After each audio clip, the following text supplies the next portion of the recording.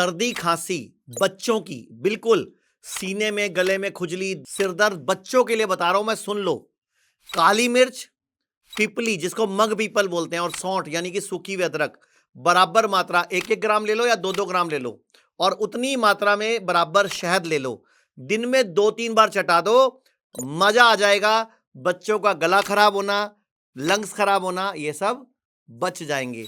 और हमने तो स्क्रीन पर देखो हल्दी त्रिकटू जूस बना दिया है, जिसमें हल्दी है और साथ में काली मिर्च, सौंठ और आपका मग पीपल। इसका 1-1 चम्मच अगर रूटीन में बच्चों को देना शुरू कर दोगे तो इस जन्म में कभी खांसी होगी ही नहीं, गला खराब होगा ही नहीं।